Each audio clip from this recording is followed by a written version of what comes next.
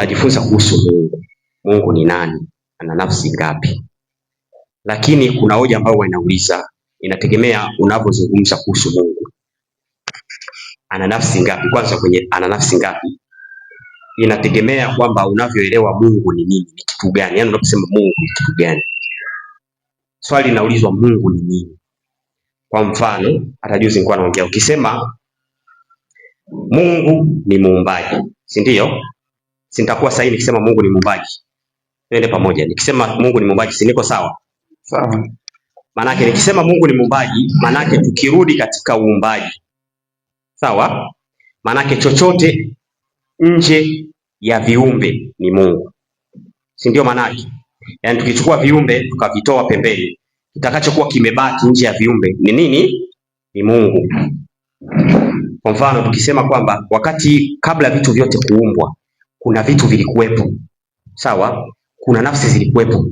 Je, zilikuwa ngapi? Kama zilikuwa 2, basi ndo Mungu. Kwa mfano tunasema kwamba alikuweko wakati wa uumbaji, tunakubali kabisa. Biblia inasema kwamba Mungu aliumba hapo mwanzo, Mungu aliumba mbingu na nchi, na kwenye sura mstari 26 tumesoma inasema Mungu akasema. Manake hakuwa peke yake. Na hata kwenye Mithali 8 mstari wa 22 inasema Bwana alikuwa nami katika mwanzo wa njia zake, na anaeleza kwamba yeye alikuwa stadi wa kazi. Kwa tunaona kabisa kwamba wakati wa uumbaji, wakati uumbaji unafanyika, kulikuweko na nafsi zaidi ya moja. Kwa maana hiyo tunaweza tukahitimisha tukijiuliza Mungu ni nini, tukasema Mungu ni muumbaji. Kwa definition ya Mungu ni muumbaji, utapata Mungu mwenye nafsi zaidi ya moja, kwa maana tutapata Mungu Baba na mwanaye aliyekuwa naye wakati anaumba. Tukienda hivyo, yani tusema Mungu ni muumbaji. Lakini Biblia katika kueleza kwake imemtaja Mungu. Ukiangalia maandiko yamemtaja mwana wa Mungu kuwa ni Mungu. Soma Warumi sura ya 9 mstari wa 5. Very explicit, hatutasoma. Imemtaja mwana wa Mungu kuwa nani? Ni Mungu. Na Biblia hiyo hiyo imetaja Mungu kuwa ni Baba. Hatuwezi kukataa, na ndivyo ilivyo. Na Biblia pia hiyo hiyo mahali pengine imemtaja Roho wa Mungu na ikamtaja kuwa ni nani? Ni Mungu. Utakuwa kwenye kitabu cha Matendo ya Mitume sura ya 5 mstari wa 3 mpaka wa 4. Biblia imeeleza kabisa kwamba Roho wa Mungu, ukisoma pale, imemtaja kuwa nani? Kuwa ni Mungu. Kwamba Anania alimdanganya Roho Mtakatifu, asema kwa kudanganya Roho Mtakatifu amemdanganya Mungu. Sasa uelewa, ukichukua akili zako ukaweka kwenye uelewa huo kwamba kwa vile mwana wa Mungu ametajwa kuwa Mungu, Baba ametajwa kuwa Mungu, na Roho Mtakatifu ametajwa kuwa Mungu, basi kwa akili zangu nikisema Mungu, na Biblia imesema Mungu ni mmoja, basi nikitumia akili zangu naweza kusema Mungu mmoja. Huku ametajwa mwana, huku ametajwa Roho, huku ametajwa Baba. Kwa hiyo kwa conclusion ya haraka tu naweza kusema Mungu ana nafsi 3. Na nitakuwa sahihi kwa uelewa wangu. Kwa sababu Biblia imesema mwana Mungu Mungu, imesema Baba Mungu, imesema Roho Mtakatifu Mungu. Kwa hiyo nikisema Mungu ana nafsi 3 au Mungu ni utatu nitakuwa sawa. Lakini Biblia hiyo hiyo imetaja Mungu mmoja. Na ilivyotaja Mungu ni mmoja, haikutuachia akili zetu tumujue huyo mmoja ni nani. Yaani tuseme kwa mfano usema Mungu, kuna Mungu mmoja. Mfano ukisema katika kanuni ya kanisa la Waadventista watasema Mungu ni mmoja, kuna Mungu mmoja aliye Baba, Mwana na Roho, umoja wa nafsi 3 za milele. Ukichukua ile statement itafute katika maandiko, haipo. Manake ni mtu namna alivyoelewa kile kilichoko maandiko akakitafasiri akakiweka kwenye nini? Uandishi. Lakini Biblia inaposema Mungu ni mmoja, ikisema Mungu ni mmoja, na yako mafungu mengi yanayosema Mungu ni mmoja, inataja nani? Sababu tuwezi kupita mpaka wa maandiko. Sawa sawa. Soma Wakorintho wa kwanza 8:6.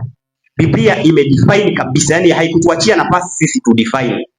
Ukiamua kudefine ni wewe, lakini Biblia imekuachia, yani imekupa, ijakwambia Mungu ni mmoja na ikakupa definition ya huyo mmoja ni nani? Soma. Lakini kwetu sisi Mungu ni mmoja tu aliye Baba. Endelea. Ambaye vitu vyote vimetoka kwake nasi tunaishi kwake. Yuko na mwana hapo.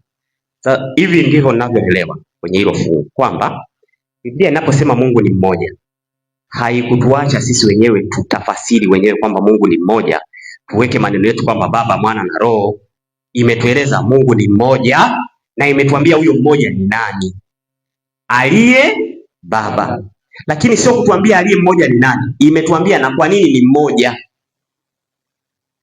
Malizia kipengele cha mwisho hapa, inasema ambaye vitu vyote vimetoka kwake, nasi tunaishi kwake. Imetuambia ni mmoja kwa sababu moja, vitu vyote vimetoka kwake na sisi tunaishi kwake. Kwa hiyo definition nzuri ya Mungu mmoja, na hapa mimi katika uelewa wangu huwa natofautisha neno Mungu na Mungu mmoja. Neno Mungu, hata kusoma kitabu cha Kutoka sura ya 7 mstari wa kwanza, Mungu anamwambia Musa kwamba nitakufanya kuwa Mungu kwa Farao. Sasa tukisema kila kinachoitwa Mungu kitengeneze sehemu ya Mungu mmoja, maana yake hata Musa ni sehemu ya Mungu mmoja. Kwa hiyo Mungu mmoja hata kuwa na nafsi 2 au 3, anaweza akawa na nafsi hata 4, ukaongeza na huyo Musa akawa nafsi ngapi? Ya 4. Lakini Biblia imetuambia kabisa Mungu mmoja naye ni Baba. Tuishie hapo tu kwamba ukiuliza Mungu mmoja ni nani, ni Baba, full stop. Kwa nini ni mmoja? Biblia imeeleza vitu vyote vimetoka kwake. Sasa ukisema vitu vyote vimetoka kwake, swali linakuja, je, mwana wa Mungu naye ametoka kwa huyo Mungu mmoja? Ili huyo abaki kuwa mmoja ambaye ni Baba, mwana wa Mungu ametoka kwa huyo mmoja? Soma kitabu cha Waebrania sura ya 2 mstari wa 11. 2:11 Waebrania. Anasema maana yeye atakasaye na hao wanaotakaswa wote pia watoka kwa mmoja. Kwa ajili hii haoni haya kuwaita ndugu zake. Yeye atakasaye ambaye ni Kristo na hao wanaotakaswa ambao ni sisi, wote tunatoka kwa nani? Kwa mmoja. Kwa Biblia inaposema Mungu mmoja imemtaja kabisa na imeeleza kwa nini anakuwa mmoja. Ni kwa sababu vitu vyote vimetoka kwa huyo. Ndiyo sababu tu. Kwa maana hiyo kwamba Mungu ni kile kilichokuwepo kabla ya kitu kingine kuwepo. Kile kilichokuwepo kabla ya kitu kingine kuwepo. Sasa doctrine ya utatu inatuambia kabla ya kitu chochote kuwako zilikuweko nafsi 3. Hakuna nafsi iliyotoka katika nyenzake.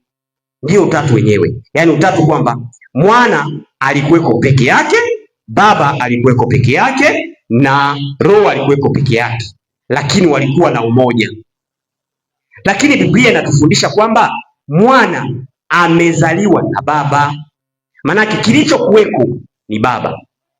Baba kabla hajafanya kitu chochote akamzaa mwana. Ndio nasema katika kitabu cha Yohana 1:1 kwamba hapo mwanzo kulikuwa neno, naye neno alikuwa kwa Mungu. Kwa nini nasema hapo mwanzo? Yaani mwanzo wa nini? Mwanzo wa nini? Wa nini? Mwanzo wa nini? Soma kitabu cha Mithali 8:22. Tuelewe mwanzo wa nini. Inasema 8:22 Mithali. Anasema Bwana alikuwa nami katika mwanzo wa njia yake, kabla ya matendo yake ya kale. Inatosha. Kwa hiyo Biblia inaposema hapo mwanzo ulikuwako neno, huo mwanzo ni mwanzo wa njia za Mungu. Yaani Mungu wakati anaanza hakufanya kitu chochote, cha kwanza ilikuwa ni kumzaa mwanaye. Lakini kabla ya hapo alikuwepo yeye peke yake ambaye ni Baba. Na ndio maana anaitwa Mungu mmoja, nafsi moja, sio zaidi ya hapo. Ndio hiyo Ayubu 23:13 tuliyoisoma kwamba yeye ni mmoja na nafsi yake ni moja. Sasa nikiwa maliza hapo, yako mafungu yanayoeleza Mungu ni mmoja na yapo very explicit. Niende kwenye Mungu ana nafsi ngapi? Mungu ana nafsi ngapi? Ndio maana nikamuuliza mwalimu hapa kwamba unaposema Mungu ana nafsi 3, hilo neno nafsi unamaanisha nini? Sababu huko Biblia inasema naye ni mmoja na nafsi yake, alafu baadaye ageuke awe na nafsi tatu. Lazima uelewe kwamba anaposema neno nafsi unamaanisha nini. Neno nafsi kwa Kiebrania linaitwa nefesh. Nijaribu kufuatilia nefesh. Ni neno la Kiebrania lenye maana ya kitu kilicho hai. Kitu kilicho hai, chenye utashi unaojitegemea. Ukisema nafsi moja, maana yake ni uhai au utashi mmoja. Ukisema nafsi mbili, maana yake ni vitu viwili vilivyo hai vyenye utashi tofauti. Kitu kisicho hai au kisichokuwa na utashi akiwezi kuwa nafsi. Mungu kuwa na nafsi moja inamaanisha kuwa ni kihai kimoja, one being. Kama Mungu kuwa na nafsi mbili, manake ni vihai viwili, yani vitu viwili vilivyo hai. Kama ni vitatu, basi ni vitatu. Lakini neno zuri la Kiingereza linalomaanisha neno nafsi linazungumzwa ni individual living being, kimoja kilicho hai. Kwa tukisema Mungu ana nafsi tatu, manake the individuals watatu wenye utashi unaojitegemea. Sasa Mungu mmoja ana nafsi ngapi? Ndio maana wakati mwingine mimi huwa nakuwa reluctant kwa watu wanaosema, unaweza kusema Mungu ana nafsi tatu, lakini Mungu mmoja ana nafsi moja.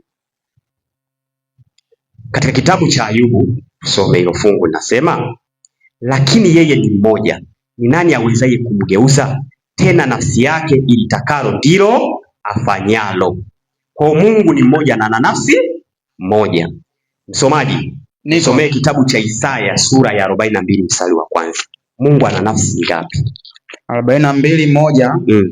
Tazama mtumishi wangu, nimtegemezaye, mteule wangu, ambaye nafsi yangu imependezwa naye. Nimetia roho yangu juu yake, naye atawatolea mataifa hukumu. Sasa nisikilize. Hapo anayeongea ni nani? Ambaye ana nafsi yake. Anayeongea hapo ni nani? Mungu. Tunasoma jamani. Anayeongea hapo ni nani? Isaya 42:1.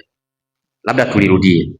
Tazama mtumishi wangu, nimtegemezaye, mteule wangu, ambaye nafsi yangu imependezwa naye.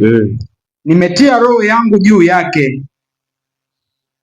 Nimeuliza, anayezungumza hapo ni nani? Si ni Mungu? Mungu. Anazungumza kuhusu nani? Yesu. Mwana wa nani? Wa Mungu. Lakini Mungu anajiportray nafsi yangu.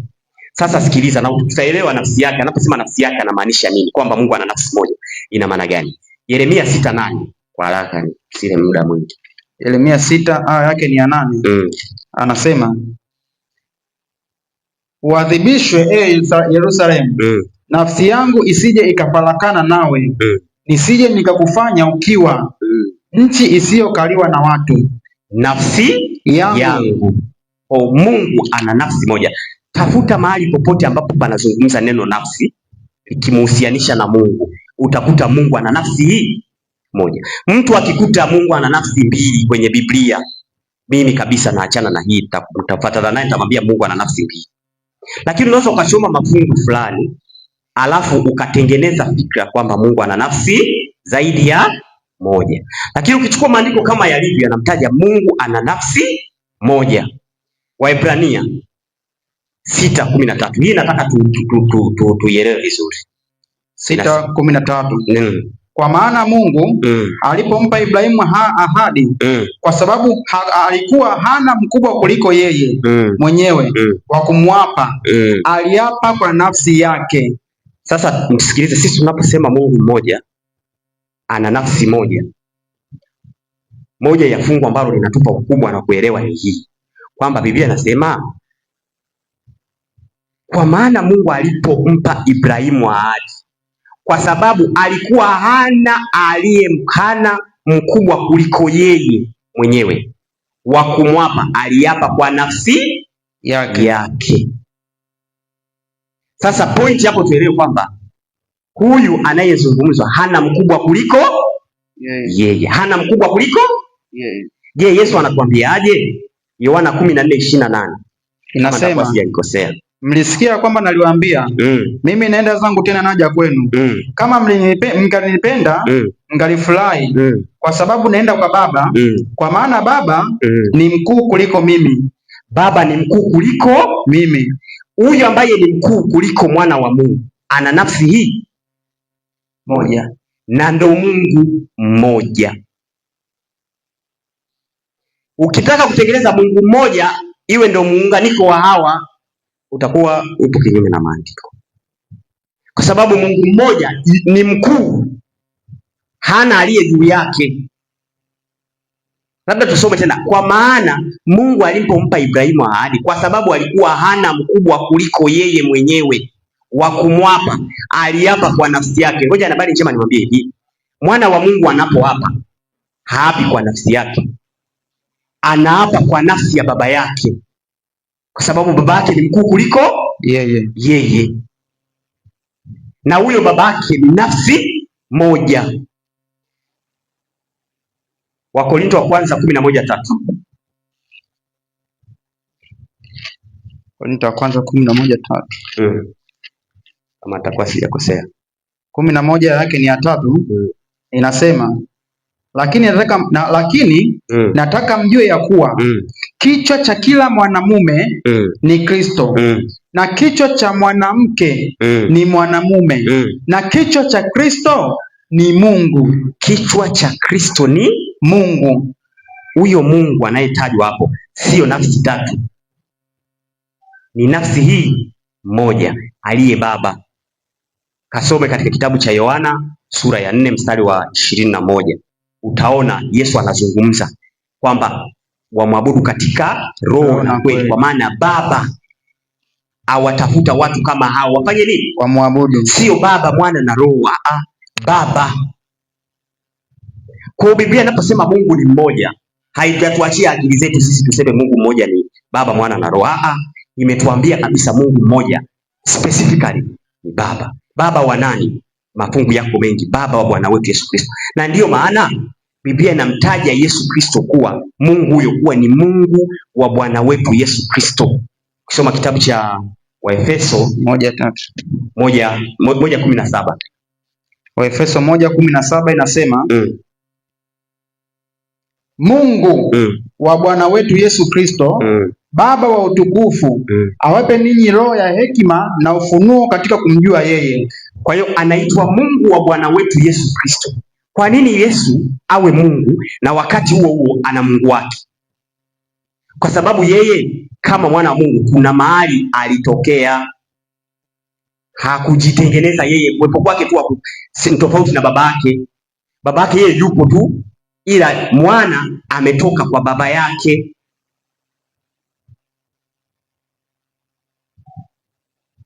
Mahali popote ambalo neno nafsi limetumika katika maandiko likihusiana na Mungu, limetajwa Mungu kuwa na nafsi yake au nafsi yangu, si nafsi zake au nafsi zangu. Mungu mmoja ni nafsi moja. Kwa vyovyote vile, ikiwa Mungu mmoja angekuwa na nafsi zaidi ya moja, basi aya hizi zilitakiwa zisomeke nafsi zake au nafsi zangu. Wazo la Mungu mmoja kuwa na nafsi zaidi ya moja ni wazo la kipagani, lilitoka katika ibada ya miungu ya Warumi na kuingizwa katika imani ya Kikristo kwa ujanja katika mwaka 381. Hapo ndipo lilipoingizwa wazo la Mungu mmoja kuwa na nafsi zaidi ya nani? Ya moja. Ila Biblia inataja Mungu mmoja, nafsi moja. Nenda utafute neno nafsi. 381. Ilianza mwaka 325, sasa baada ya Kristo. Baada ya Kristo. Kwenye council kuna Council of Nicaea. 381 na 325. 325 hapa ilikuwa inachipukia kwenye Council of Nicaea. Kuna ufafanuzi hapa. Mapokeo tuyasome haya hapa. Sawa. Mapokeo Utatu Mtakatifu. Kadiri ya mapokeo ya fumbo la Utatu Mtakatifu liliainishwa rasmi na mtaguso mkuu ya Nikea mwaka 325. Hii ni bustani ya katekista, ukurasa wa 130. Hapa kuna kichwa cha habari kimeandikwa fumbo la Utatu Mtakatifu. Inasema kipengele cha mapokeo, Kadiri ya mapokeo, fumbo la Utatu Mtakatifu liliainishwa rasmi na mitaguso mikuu ya Nikea mwaka 325 na Konstantinopoli mwaka 381. Rejea Katekisimu Mpya Kanisa Katoliki namba 197. Huu ni ukurasa wa 130. Haya, hiyo historia ni ndefu na vitu vingi sana hapo. Mimi nimeidokeza tu, lakini tunajikita kwenye maandiko. Sasa nimalizie kabisa ili nimpe mwalimu wangu aendelee. Mungu mmoja, yani ukisikia Mungu mmoja, ukisikia Mungu mmoja lazima uelewe ina maana gani. Kabla ya kukimbilia kusema Mungu mmoja ni Baba, Mwana na Roho, jiulize Mungu anaposema ni mmoja anamaanisha nini? Mungu anaposema ni mmoja anamaanisha kwamba ni chanzo cha vitu vyote. Source, yani chanzo ni kimoja, na hicho chanzo ni nafsi hii moja. Ni sawa na mwanaume kusema mwanadamu mmoja. Katika kitabu cha Matendo ya Mitume, sikumbuki fungu, mtanisaidia, anasema Mungu aliumba wanadamu wote kutoka katika mwanadamu huyu mmoja. Huyo mwanadamu mmoja utasema ni Adam na Hawa? Halo, hapana, sio Adam na Hawa. Mwanadamu mmoja ni Adam, lakini kutoka kwa Adam akapatikana Hawa, kutoka kwa Hawa tukapatikana kizazi. Kwa hiyo inasema mwanadamu mmoja ni Adam, lakini Adam ndani yake akatolewa Hawa, wakawa hao wawili. Na ukiangalia hapa ndio maana Biblia inasema kwamba tumfanye mtu kwa mfano wetu. Wakati Mungu anamuumba Hawa hakumpulizia roho. Roho yule aliyekuwa ndani ya Adam, Hawa anatolewa vile vile. Ndio maana Kristo na baba yake wanashiriki roho huyu mmoja. Roho wa Kristo na roho wa nani? Wa Mungu. Roho huyo yule mmoja. Sasa hapa mimi ni kutoka kwa baba mwana alizaliwa na kutolewa ndani ya baba. Sasa kwa habari ya roho kuwa nafsi, muda wangu unaona umeniishia. Kwa habari ya roho kuwa nafsi, roho anapokuwa anazungumza kama nafsi, kwa sababu Mungu ni nafsi. Roho wa Mungu huwezi kumtenganisha na Mungu. Yaani roho anatoka kwa Mungu, lakini anapotoka kwa Mungu ndani ya Mungu anabaki. Wakati huo yuko ndani ya mwanae, na wakati huo yuko ndani yako, na wakati huo yuko ndani ya kule. Sasa fikira za wanautatu ni kwamba roho yuko separate hapa, alafu kuna baba. Sasa baba ana roho. Kama ana roho ni tofauti na huyu roho. Kama mwana ana roho ni tofauti na huyu roho ambaye yuko pembeni. Hipo ni hapana. Ndio maana ukisoma kitabu cha Wakorinto wa kwanza nadhani 2:11 kama sio 11:2. Ni 2:12. 11. Inasema nimalizia hapo, nimruhusu mwalimu aendelee. Alafu baadaye kama katika maelezo niliyoyatoa kama nimeeleza kitu tofauti kabisa mtaniuliza maswali nitakuja baadaye. Inasema Wakorintho wa kwanza 2:10, lakini Mungu ametufunulia sisi kwa roho, maana roho huchunguza yote, hata mafumbo ya Mungu. Sawa. Maana ni nani katika binadamu ayajuaye mambo ya binadamu ila roho ya binadamu iliyo ndani yake? Tulia kwanza. Anayejua mambo ya binadamu ni roho ya binadamu iliyo ndani yake. Kwa hiyo roho ya binadamu na binadamu ni nafsi mbili tofauti. Ni huyo mmoja. Hauwezi kutaja nafsi ya binadamu alafu kutaja nafsi ya roho ya binadamu. Haiwezekani. Malizia fungu. Hivyo na mambo ya Mungu hakuna afahamuye ila roho wa Mungu. Mambo ya Mungu hakuna afahamuye ila roho wa Mungu. Kwa sababu huwezi kuwa na nafsi ya Mungu alafu ukawa na nafsi ya roho ya Mungu. Roho wa Mungu ni roho wa Mungu tu. Sasa wanautatu wanajaribu kumtoa pembeni na kumweka awe nafsi kando, na wanatumia mwanya mmoja kwamba roho wa Mungu Bwana anamtoa. Sasa Bwana anapomtoa kwenye akili zao ni kwamba anakaa kando, hapa ni baba, nafsi ya baba, hapa nafsi ya roho. No, hakuna wakati wote ambao baba aliwahi kukaa hana roho yake. Roho yake iko ndani yake, iko ndani ya mwanae, iko ndani ya waumini. Ndio maana wakati mwingine Biblia inataja kuwa roho za manabii. Sasa ukisema roho za manabii kwa akili ya ambayo nyingine unasema roho za manabii ni labda ni roho nyingine. Roho za manabii ndio huyo Roho Mtakatifu, lakini ananasibishwa na manabii. kwa sababu anapoingia kwa nabii anachukua kama nafsi ya nabii, kwamba roho wa Elia. Roho wa Elia ndio huyo Roho Mtakatifu, lakini kwa sababu ananena kwa nafsi ya Elia anaitwa roho wa nani? Wa Elia. Roho wa Kristo ni roho yule wa Mungu, lakini kwa sababu ananena kwa nafsi ya Kristo anaitwa roho wa nani? Wa Kristo. Anaponena kama Mungu ndani yako anakuwa anamwakilisha Baba. Mimi niishia hapo. Fungu langu la mwisho Yohana sura ya 4 mstari wa 21 mpaka 24. Hilo ni siri yake. Yohana 4:21. Napozungumzia Mungu anayeabudiwa, Mungu mmoja. Inasema 4:23. Lakini anzia 21. Inasema Yesu akamwambia mama, usadiki saa inakuja ambayo hamtamwabudu Baba katika mlima huu. Hamtamwabudu Baba katika mlima huu. Baba katika mlima huu. Sawa. Wala kule Yerusalemu. Ndio. Ninyi mnaabudu msichokijua. Kuna hatari ya kuabudu usichokijua, ambao ndio utatu. Endelea. Sisi tunaabudu tukijuacho, kwa kuwa wokovu watoka kwa Wayahudi. Sawa. Lakini saa inakuja, nayo sasa ipo, ndio, ambayo waabudu halisi watamwabudu Baba. Watamwabudu nani? Baba. Watamwabudu nani? Baba katika roho na kweli. Kwa maana Baba awatafuta watu kama hao ili wamwabudu. Malizia. Mungu ni roho, nao wamwabudu yeye imewapasa kumwabudu katika roho na kweli. Asante. Mwalimu njoo au njoo ndani. Niko tayari.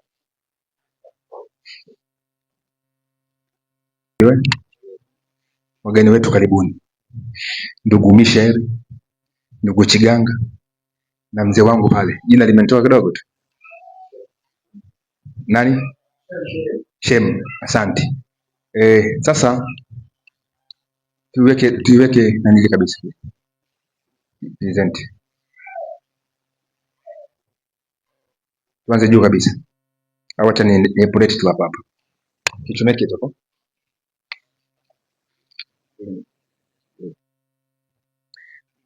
Ndugu zangu katika Kristo, mimi nashukuru kwa nyinyi kuja kuweza kujifunza, na naamini tunajifunza kama Wakristo ili tufikie ujuzi wa ukweli, si ndio?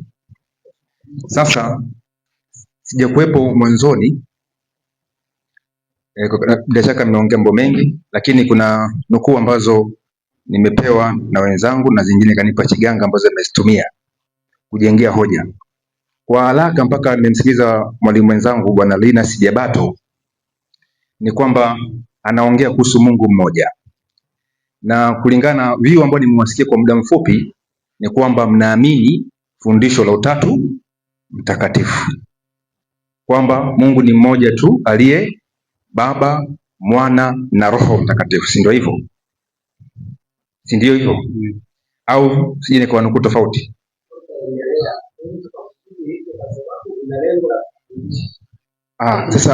Sasa okay, lazima tujue kwamba mnaamini katika fundisho la Utatu, si ndio? Chiganga, naomba unisaidie. Ndio. Okay.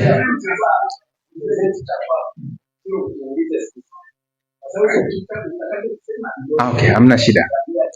Sawa. Unajua ni vizuri kumuelewa mtu tukisema. Sasa nichukue kwa point ya ndugu zangu kwamba mnaamini fundisho nini? La Utatu Mtakatifu. Sasa siwezi kuelezea zaidi sababu mwenzangu kashabainisha kuhusu Mungu mmoja tunayemwamini, ambaye ni Mungu Baba akiwa na mwanawe na akiwa na roho wake. Kwa tunaamini katika hizo nguvu tatu: Mungu mmoja kwa pekee, Yesu Kristo mwana wa Mungu, na Roho Mtakatifu ambaye ni roho wa Mungu na roho wa Kristo. Sasa wacha tu niingie kwa haraka. Ellen White ambao ndio nafikiri ndio mzozo mkubwa, anasemaje kuhusu Mungu? Anasemaje kuhusu Mungu? Cha kwanza, tuna msingi hapa ambao muongozo, pillar of our faith. Hii ni kuu nimeziweka hapa, manuscript release namba 770 page ya 9 na 100 ambayo imeandikwa mwaka 1905. Kabla ya hapo, naomba msomaji nisome kitabu hapo cha manukuu walaka. Nisome ukurasa wa 496 na 495, nimepigia mstari hapo. Sasa kitu ambacho ni cha msingi, nasema hivi, kitu cha msingi cha kwanza lazima tukubaliane kwamba kuiheshimu maandiko na kuishia pale maandiko yaliposema. Soma maandiko. Nasema hivi. Nasemaje? Ukweli uliofunuliwa kwa wazi kabisa katika Biblia. Ukweli uliofunuliwa kwa wazi katika Biblia umekuwa ukisababisha mashaka na giza kwa watu wasomi. Ndio. Ambao kwa majivuno ya kuwa na hekima ya juu wanafundisha kwamba maandiko yana mafumbo. Wanafundisha kwamba maandiko yana nini? Yana mafumbo. Yana mafumbo. Siri. Ndio. Na maana ya kiroho isiyoeleweka wazi kwa lugha iliyotumiwa. Na kwa maana ya kiroho isiyoeleweka kwa lugha wazi iliyofanyaje? Iliyotumiwa. Endelea. Watu hawa ni walimu wa uongo. Watu hawa ni walimu wa uongo. Ilikuwa kwa watu wa kundi la namna hiyo. Yesu alisema kwamba hamyajui maandiko. Hamyajui maandiko wala uweza wa Mungu. Wala uweza wa Mungu. Marko 12:24. Lugha ya maandiko inapaswa kufafanuliwa kulingana na maana yake iliyo wazi. Endelea. Isipokuwa kama kielezo au ishara imetumiwa. Kristo ametoa ahadi. Mtu akipenda kuyatenda mapenzi yake atayajua mafundisho. Atayajua nini? Mafundisho. Maana 7:17. Kama watu wangechukua Biblia, kama inavyosomeka, kama wasingekuwepo walimu wa uongo wa kupotosha na kufuga akili zao, kazi ingekuwa imekamilika. Imekamilika. Kiasi kwamba ingewafanya malaika wafurahi na ingewaleta kwa Kristo watu maelfu kwa maelfu ambao sasa wanatangatanga katika makosa. Asante. Ndio nimesoma Biblia. Nilisikia kusema kwamba kuna ile maandiko si ndio Biblia. Sasa hiyo kutumia hekima za binadamu. Hebu sema kwa Timotheo kwanza 4:3. Najua mimi ni Mkristo. Sasa naona mimi ndio langu hili. Wote ni labda 4:3. Inasema hivi. Watu wazuie watu wasioe. Kwa maana kitu cha Mungu ni basi wale wasiwasi kwamba nyakati za mwisho wengine watajitenga na imani wakisikiliza roho zidanganyazo na mafundisho ya mashetani. Sasa watajitenga na nini? Na imani. Sasa imani. Hebu nipe kile cha Korinto nao wanataka sura 4 mstari wa 4. Waraka wa kwanza wa Yohana 5:3 inasema kwa maana kila kitu kilichozaliwa na Mungu hushinda ulimwengu na kuliko kushinda ulimwengu. Hiyo imani yetu. Na mtume anasema siku za mwisho watu watajitenga na imani. Imani yetu mwenye kushinda ulimwengu yani kushinda ulimwengu isipokuwa yeye aliye kwamba Yesu ni mwana wa Mungu. Isipokuwa yule ambaye anaamini Yesu ni mwana wa Mungu. Ndio mshiriki kwamba Yesu si mwana tu kwa moja. Kwa sababu hajui maana ya mwana ni nini. Sasa anawaza mwana ni kwamba ni kitu ambacho ni kinyonge kimejificha. Biblia inaposema Yesu ni mwana wa Mungu inamnyanyua yeye nani? Ni Mungu. Kama alivyo baba za mwana anasema Mungu ndio Ibrahimu anasema. Kwa hiyo tunasema mwana wa Mungu tunasema nani? Mungu. Sisi tumemshusha mwana wa Mungu nani? Mungu. Mwana wa Simba nani? Simba. Kwa hiyo watu watajitenga na imani na kusikiliza imani za nini? Za mashetani. Kitabu kile cha Yuda mstari wa 3 na mstari wa 4. Yuda ndio Nilifanya bidii sana kuandikia habari ya wokovu ambao wetu sisi sote. Naliona imelazimu kuandikia ili muone kwamba mshindanie imani walio kabisa takatifu mara moja. Mara moja tu. Na mtume Paulo anasema kwamba imani ni Yesu ni mwana wa Mungu. Kwa maana kuna watu waliojiingiza kwa siri. Watu walioandikiwa tangu zamani. Wale tangu zamani ndio makafiri.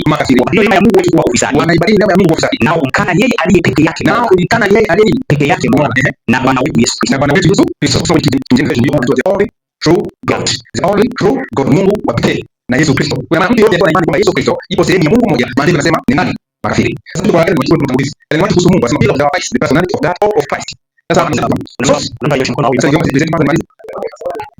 sasa hiyo unakuja kuuliza sasa utakwenda sisi ndio Mungu. Na tumeanza kwa maombi. Katika nilichofundisha na yeye ni mashahidi. Tulishusha Yesu kwamba hafai imani au tulisoma fungu kuliko ulizofanya ndugu. Tulisoma fungu linalodhihirisha kwamba Yesu ni mwana wa Mungu. Au Paulo anayesema kwamba kitu zaliwa na Mungu na ni Mungu. Ama Yesu kasema bali anatumia uongo. Wakataka kuzalisha, tufundishe bila kuzalisha. Haya, asante. Nadhani kwa mzee. Mwalimu mjitahidi kuweka Biblia ya na baada ya imani hii hata nikuna. Mmesikia? Basi tusimwekee maneno. Mwalimu endelea kufundisha. Na mimi tutapata kitu kama kwanza sana. Kwa hiyo ndio kwa kama tulipotosha ndio nioshe. Sawa, mzee. Asante. Tunaelewa. Sisi try to bring in serious. Mwalimu ndio. Tuombe. Nina watu tena. Hii ndio yetu. Usikangalize Mungu kama tunaweza kumwasa mtu. Tuombe tena. Baba wa Yesu Kristo. Mahali pa wako wewe ndio unaleta kwa mkono wa watumishi wako. Sisi tumezaliwa kama hizi za mwisho. Hata manabii hao watuona katika Yosefu. Lakini tunatafuta kuelewa kwa wokovu na sisi tunakosa. Upenyo ya kuelewa tusaidie. Upenyo ya kunyana kupendana. Hurumie mfalme wa wafalme. Roho wako wa hekima katika katikati yetu na kutuelekeza. Mwisho wako kuendelea kusoma maandiko ukadhihirisha sasa neno lako. Katika jina la Yesu Kristo amen. Asante. Basi ndio kwa maana. Na Roho ni 7:38 kitabu cha Yohana Mtakatifu. Yohana Mtakatifu. Ndio kwa sababu naomba ndio mambo gani ongezea sasa. Sawa. Yohana sura ya 7:38 mstari wa 38. Nasema tusoma 38 inasema hiyo. Kwa kuwa mimi sikushuka kutoka mbinguni ili nifanye mapenzi yangu. Yohana 7. Umesoma 7 mstari wa 38. Asante samani. 7:38. Nasema imefika mwalimu. Aniaminie mimi kama vile maandiko yalivyonena. Aniaminie mimi kama maandiko yalivyosema. Mito ni mito ya maji yaliyopanda kutoka ndani yake. Tunapaswa kumwamini Yesu kama maandiko yalivyonena. Kwa Yesu akisema yeye ni mwana wa Mungu, akisema yeye ni nani anamaanisha. Kwa kama ndugu zangu wa pili katika Kristo tunamwamini Yesu kama maandiko yalivyosema. Sasa Biblia inakuja katika kitabu cha Yohana hiyo mtakatifu. 10:36. Nasema hivi. Je, yeye Baba alimtakasa, akamtuma ulimwenguni. Mimi namwambia unakufuru kwa sababu nalisema mimi ni mwana wa Mungu. Kwa sababu mimi nilisema nani? Mimi ni mwana wa Mungu. Yesu alitangaza mwana wa Mungu. Yule ofisa bila mpaka kusuliwa. Hata yeye alikuwa anasema hakika ni mwana wa Mungu. Bali kwa ndio tunataka tunashaka kwamba Yesu ni mwana wa Mungu. Kama Yesu ni mwana wa Mungu, kuna nani? Kuna Mungu. Alafu kuna nani? Wa Mungu. Sababu Mungu maandiko yanatuambia nani? Baba. Ana roho yake ndio nani? Baba. 10:20 katika Mathayo. Alaka twende. Mathayo 10 ndio 7:20. Naam. Nasema hivi. Tunataka kusema 10:20 kama ndio. Je, basi mbona wawili hawezi kusema 10:20 sawa kwa kuwa si nyinyi msemao bali roho wa baba yenu asemaye ndani yenu. Roho wa nani? Wa baba yenu. Kwa Yesu ni mwana wa nani? Wa Mungu. Wa baba. Na roho ndio nani? Wa baba. Na baba sababu nani? Na baba ni roho mwingine kwa hiyo tuko bayana na katika hili ndio hili ndio ambacho tunayamini. Mungu mwana wa Mungu na nani? Ndio wa Mungu katika siku. Kama also we seek remove the old lineage and not holding fast the different traditions na kuwa mjadala kwa moja kwa Kiingereza kama tumeandika kwenye lugha ya Kiswahili bali tunataka kuondoa alama za kale za msingi hapa simama imara. Hapo Mungu jinsi walipokea nafsi wale ndio kuleta nadharia ambazo zinaondoa nguzo za imani yetu kwa takatifu au kuhusu nafsi ya Mungu au gani ya Kristo wanafanya kazi kama vipofu, wanataka kuleta mashaka na kuacha watu wa Mungu wakielea bila nanga. Kwa hiyo neno kwa Mungu asema Baba Mwana na Roho, anasema Mungu anaweka kando, anasema Kristo anaweka kando kando hii. Mungu ndio pila au face kama mwadhibitisha sana. Ndio sababu. Sasa kuhusu Mungu ni nani? Try to do everything kwa Biblia sababu the Lord Jesus Christ, the only begotten son of the Father, is true God in infinity but not in personality. Kama kubainisha kwamba tunaamini kuna Mungu ambaye Baba katika nafsi. Nafsi pamoja na kubainisha kwamba Yesu tunaamini katika asili nani? Mungu. Ila katika nafsi mwana nani? Sasa Mungu tunathibitisha kwamba Kristo Mungu kabisa katika asili yake, lakini by personality si nani? Si Mungu. By personality yeye mwana wa nani? Mungu. Kama Hawa yeye Adam by nature, lakini by personality yeye nani? Hawa kama mwanamke. Adamu mmoja katika nafsi. Hivyo sasa tunaangalia Mungu kusema kuna kuhusu Mungu. Anasema Christ is one of the Father, but Christ is God are two distinct personages. Kwamba Kristo na Mungu ndio wawili. Nimesema nafsi mbili katika Mungu mmoja. Kuna Mungu na Kristo. Na Mungu nafsi ambayo ni Mungu Baba na Kristo mwanae. Sasa tuje katika kitu kingine la Biblia sasa hivi. Scripture clearly indicates the relation between God and Christ, and is able to view us clearly as the personality and individuality of each. And moja mpaka 5. God is the Father of light, Christ is the Son of God. Christ for us as being given and exalted position. He has been made equal with the Father. Amefanya kwa sawa. Sema ni sawa ni katika kwa nini? Sawa. Na usawa wake unatoa tano kwa nani kuchewana? Usawa wake ni kupimwa kwa baraka. So all the counsel of God, all the counsel of God are open to his son. Sasa kama una hoja Kiswahili kwa sababu ni tafsiri. Sana 18. Sasa ukisoma sana anasema basi kwa sababu yeye Mungu kutaka kumuunga kwa akivunja sababu tu bali pamoja na hayo alimta Mungu baba yake akijifanya sawa na Mungu. Kwa maana Yesu kuwa sawa na Mungu anaita Mungu nani? Baba yake. Nani? Sawa si sawa unatosha kwa maana ya nafsiko ni kwa hiyo kama Rumi inasema. Sasa sababu ya muda naomba tupige kuhusu Mungu mmoja na tunasema kuhusu Mungu mmoja ambaye ugomvi kwa hapa. Hii ni experience in Australia. Page 203 pale kwanza. Hakuna sababu Mungu. Ndio vile rangi zetu au taifa. Ndio vile wazee au taifa au taifa. Tunaweza kuwa Mungu mmoja ni baba yetu. Tunaweza kumjia na kumuuliza kwa mambo ambayo tunataka. Ndio wewe kusema Mungu mmoja anamaanisha nani kanisa? Baba yetu. Si Baba, Mwana na Roho. Anasema tena kwa hapa ndio hizo kweli. Ndio mwaka 2005 page 409. Sasa maana kwa Mungu ni msingi wa dini yote kweli na nguvu yote kweli. Ni wingi pekee na hadithi zidi ya maneno. Na upekee ndio unaweza kutufanya tuwe kama Mungu anatabia. Haya ndio maarifa yanayotaka sana kwa chini hapa. Kwa uwezo wake wa Mungu umetumia chochote kisababu uzima wa Petro kwa mtaka. Ule uzima milele. Anasema Yesu, wakujua wewe Mungu wa pekee kwa kweli na Yesu Kristo uliyetuma. Yohana 17:3. Kwa ile ni kuhusu Mungu wa kweli na pekee. Kasema ni Baba, Mwana na Roho. Hapana. Kasema nani? Baba. Sasa hiyo hii ndugu, enjoy the comments there bulletin kwa sababu kwa sababu kwa nani? Kwa hiyo ndio tunazidi. Watu wanapitia embryos habari gani za usiku? Je, unaweza kuambia kwa hakika na mamlaka mchana kuja usiku pia. Mungu ni Baba yetu. Kristo ndiye Mwokozi wetu. Wale walinzi wa Sayuni wanaambiwa kwa mjibu wa NQH. MS 40 mpaka 11 para ya 8. Hebu tunani kwa mtalaka utangaza kwamba kuna Mungu mmoja na mpatanishi mmoja kati ya Mungu na nani? Mwanadamu ambaye ni Yesu Kristo mwana wa Mungu. Sasa kwa hili ni tangazo katika kila kanisa katika yetu. Wakristo wanahitaji kujua hili na si kumweka mwanadamu ambapo Mungu anachukua ili wasio tena waabudu sanamu bali Mungu aliye hai. Ibada sanamu katika kanisa yetu. Kuna mtu yote ambaye anasema kuna Mungu mmoja ni Baba na Mwana na Roho na maana anafanya ibada hii. Sasa kwa mishonari wa kweli katika imani ya Biblia anataka kutangaza kwamba kuna Mungu mmoja tu na mpatanishi mmoja kati ya Mungu na mwanadamu. Sasa tunaelewa katika kitabu cha 9 watu wamshukuru Mungu kwa masafi hii na kuwa wamehifadhiwa kwa wao. Wana Mungu mmoja na Mwokozi mmoja na Roho mmoja. Roho nani? Wa Kristo mleta mmoja kati ya safu sawa. Kwa kama kuna moja ambaye inaitwa even sio. Hiyo inatosha kwa Mungu huyu. Mwokozi huyu, Mwana wa nani? Na Roho huyu mmoja. Hiyo ndio imani yetu. Tunasema Mungu mmoja, atuseme Mungu mmoja ni Baba, Mwana na Roho. Mungu mmoja ni nani? Baba. Na huyu mmoja Yesu Kristo Mwana wa nani? Wa Mungu. Na Roho huyu mmoja ambaye Roho Mungu na nani? Wa Kristo mmoja kama kabisa baki. Sasa kuna zile even sio. Kuna mahali kidogo tueleza kwenye kuingia ndani kutoka. Natamani kufikia sana nusu mara nyingine. Ndio. Ndio hii. Basi tumwache malizie au turuhusu maswali. Yani dakika zote zishaisha. Ndio tuendelee. Sasa dakika 25. Sasa dakika 15 tutakuwa tumaliza. Ndio hiyo 15. Dakika 5. Okay, hiyo ndio changanya. Au tukua sawa. Twende para gani? Tushamaliza sasa ndio watu tumeua. Tuelekeze tena sasa. Ya turuhusu maswali sasa. Sawa. Okay. Ndio uliza maswali. Nataka mjibu maswali hapo na pesa na kuhusu ile ndio. Asante. Mimi tena mbona maji lakini kuna hoja kiso hapa. Baba ambazo zilikuwa na nguvu ya haja kusia ndio hata mimi na nafasi ya kusia zile za evangelism na nini. Lazima sisi katika kuanza kwetu yani si asante sana. Unajua na sehemu watu wanakwama, lakini hatujaharibika kitu baada ya mtu, ndio kwa kuwa tupo tunaweza tukinyosha. Tukitazamana kwa namna ya kupingana, hiyo nilisema mapema sana, nadhani ulikuwa hujaji. Tukiongea kwa namna ya kupingana hatufiki popote. Hata nilikuwa maneno ya kwenye TM kwamba hata na mawaidha ya kwamba hata mtoto mdogo anaweza kujenga hoja ukashindwa kuifanyaje kuijibu, lakini tukienda kwa imeandikwa na kwa kusudi la kutaka kueleweshana kimaandiko, kuelewana vinawezekana. Kama mada yetu ingekuwa moja kwa moja kwamba tunataka kuzungumza Mungu mmoja, hapa tusingekuwa na muda wa kutoka ule muda wote, lakini tulichokuwa tunamaanisha ilikuwa ni mtazamo wenu hapa. Tusiogope kusema mimi na sisi, si ndio? Kwa sababu tayari mtazamo unaonekana iko tofauti, si ndio? Ilikuwa ni kuona mtazamo wenu kuhusu Roho Mtakatifu na mtazamo wenu kuhusu Roho Mtakatifu, na wala hakuna habari zingine nyingi ambazo tungezunguka huku na huku, tungependa moja kwa moja. Ndio maana na mimi katika kuzungumza kwangu sikujikita kwenye habari ya Yesu na kutukulia kama nani, kwa sababu alizoeleza ndugu huyu ambaye sijashika jina lake Masawe. Hata na wewe najua hapa pale yale mafungu yote unayoeleza, hata hayo ndugu za Ellen White, sisi hatuna shida hapo. Hii naomba mtuelewe vizuri kabisa. Labda lugha, ukakamavu, maelezo vinaweza kuwa tofauti, lakini hatuna upinzani kuhusu hivyo mnavyoeleza Yesu na Mwana, Baba na Mwana. Hapo tuna shida. Shida ilikuwa kwenye kufafanua na kuelewa kuhusu nani? Roho Mtakatifu. Na hapo ndipo ungeenda, na ninapenda. Na wewe niliposema kwamba unazungumza kusema kwamba unamuona Roho ndani ya Baba, Baba hawezi kuishi bila Roho. Roho huyo yuko ndani ya Mwana. Roho huyo yuko ndani ya watu wake. Ndicho kilichoeleza. Lakini hakutupatia fungu wala andiko la Ellen White. Lakini sisi kwa sababu tunakusaidia mtu tunamwelewa, tunamsikia kama ndugu alisema. Tumesoma kwenye evangelism. Mpaka kulikuwa na maswali mengi kuhusu kukitambua kile kitabu. Sasa yale mafungu yanayohusu Roho Mtakatifu kwamba sio nafsi ndio mtupatie, basi biashara yetu itakuwa. Asante sana, naomba nieleze kidogo. Asante ndugu Misheri. Mara kwanza kati ndugu umekuja mwenzako tulidiscuss Mungu ni nani kulingana na maandiko. Ukisema Mungu ni nani kulingana na maandiko, kama tunabeba ushuhuda wa Mungu mwenyewe, tunabeba pia na Mwana, lazima iguse pale na Roho Mtakatifu. Sasa kama huko tumeelewana kwamba kuna Mungu mmoja aliye Baba, ndio jema kulingana na Mungu Misheri, na kuna Mwana wa Mungu Yesu Kristo. Haleluya. Kuna Mwana wa Mungu Yesu Kristo, na kwa sababu kwamba Mwana nani? Mungu. Kwa sababu shida imebaki kwa Roho ni nani? Kwa mwalimu aliyotangulia aliweka wazi kwa msingi sisi kwamba si kwamba hatuamini Roho Mtakatifu ni nafsi, lakini ni nafsi kwa namna gani? Ni nafsi kando ya Baba na Mwana, au ni nafsi ambayo inamtiwa nani na Mwana? Sababu ni kushirikisha Roho Mtakatifu. Na kabla sijaenda tena mbali, kabla tujui tumeenda kutusaidia sana. Fundisho la utatu, aliamini kwamba Mungu ana umbile. Alimungu wao ni mtakatifu tu. Katika imani tunaamini hapa, tunaamini Mungu wetu ni nafsi yenye kuonekana. Ni literal and tangible kwa English. Kwa Mungu halisi ambaye tutafanyaje? Tutamuona siku za mwisho. Hiyo ni moyo safi, maana Bwana Mungu kama nani kutuletea hatari. Kwa upande wa pili, kwa ndugu zangu, kiamisha katika Kristo, hilo jambo kwa kuelezea hicho, kwa maana linahusika na hiyo. Ili sije kuelezea sana. Sije muda. Je, tunakubaliana kwamba Mungu wa Biblia ni Mungu mwenye umbile? La kuonekana. La kusikika. Nisoma.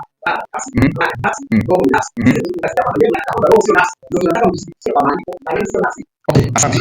Sasa kwa hiyo hoja nishatoa, nimeeleza tu kwamba sisi hoja yetu si tena roho nafsi, sina sisi hoja tena. Hiyo ndio hapa hiyo ni nafsi kwa namna gani? Kama roho ni nani kujua watu. Na kile kimoja nzuri zaidi kwa upande wetu, maana sisi tunakuja nafsi ipo sababu yani kitu kama Mungu mwenyewe, na maana haiwezi kuwa kitu kingine. Lakini ikisema kwamba roho ana umbile, ana nini? Ana umbile kama alivyo Baba nani? Na maana hapo kidogo ataweza kuelewana sana. Kisha sasa ndio samani.